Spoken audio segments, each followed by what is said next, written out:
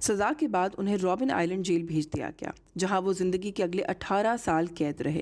Mandela کو باقی قیدیوں سے علیحدہ 7 بائی 8 فٹ کے سیل میں رکھا گیا۔ شروع کے چند سال انہیں ڈی کلاس قیدی قرار دیا گیا، جس میں وہ 6 ماہ میں صرف ایک ملاقات اور ایک خط لکھ سکتے تھے۔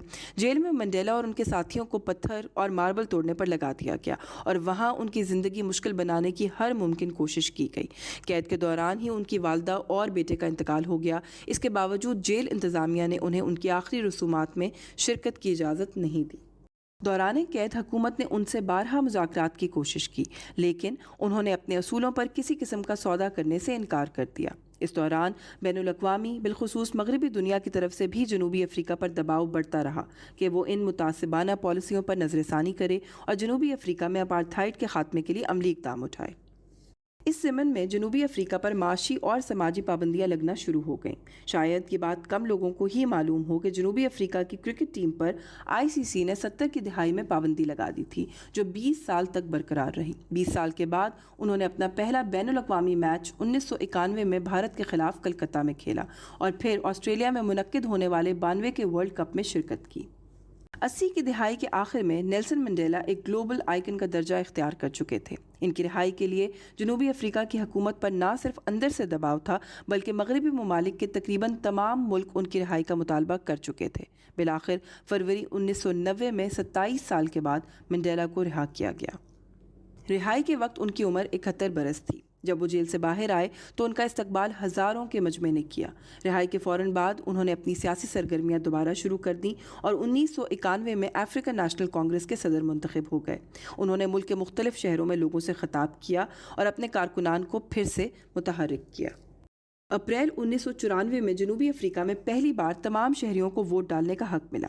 ان انتخابات کے نتیجے میں منڈیلا کی جماعت ANC نے 63% ووٹ حاصل کیے اور 252 نشستیں اپنے نام کیں۔ اس کے نتیجے میں 10 مئی 1994 کو منڈیلا جنوبی افریقہ کے پہلے سیاہ فام صدر منتخب ہو گئے۔ صدر بننے کے بعد 1995 میں منڈیلا نے ٹروتھ اینڈ ریکنسیلیشن کمیشن بنایا، جس نے اپارتھائڈ کے دوران انسانی حقوق کی خلاف ورزیوں کی تحقیقات کی۔ منڈیلا نے صدر بننے کے بعد اپنی قوم کو تقسیم نہیں ہونے دیا۔ وہ مفاہمت کے شدید حامی تھے اور ماضی بھلا کر آگے بڑھنے کو ترجیح دیتے تھے اور سفید فام شہریوں کے خلاف کسی قسم کی انتقامی کارروائیوں کے سخت مخالف تھے۔ 1999 میں انہوں نے صدارت کا عہدہ اپنی مدت پوری ہونے پر چھوڑ دیا اور دوسری ٹرم کے لیے الیکشن میں حصہ لینے سے معذرت کر لی۔ سیاست سے کنارہ کشی کے بعد انہوں نے اپنی توجہ سماجی بہبود کے کاموں کی طرف مرکوز کر لی اور 1999 میں منڈیلا فاؤنڈیشن کی بنیاد رکھی، جو آج بھی ان کے نام سے دنیا بھر میں مختلف سماجی کاموں میں مصروف عمل ہے۔ نیلسن منڈیلا کا انتقال 5 دسمبر 2013 کو جوہانسبرگ میں ہوا۔ ان کے جنازے میں ہزاروں افراد نے شرکت کی اور اپنی عقیدت کا اظہار کیا۔ اس موقع پر جنوبی افریقہ کی حکومت نے 10 روزہ سوگ کا اعلان کیا اور ان کی آخری رسومات سرکاری اعزاز کے ساتھ ادا کی گئیں۔ ان کی آخری رسومات میں دنیا بھر سے عام شہریوں کے علاوہ مختلف سربراہان مملکت نے بھی شرکت کی، جن میں سب سے نمایاں امریکہ کے صدر باراک اوباما تھے۔ نیلسن منڈیلا کے لیے نہ صرف جنوبی افریقہ بلکہ دنیا بھر میں دعائیہ تقریبات کا انعقاد کیا گیا اور دنیا بھر کے لوگوں نے ایک ایسے شخص کو الوداع کہا جس نے اپنی ساری زندگی سیاہ فام جنوبی افریقی شہریوں کو ان کے حقوق دلانے میں صرف کر دی۔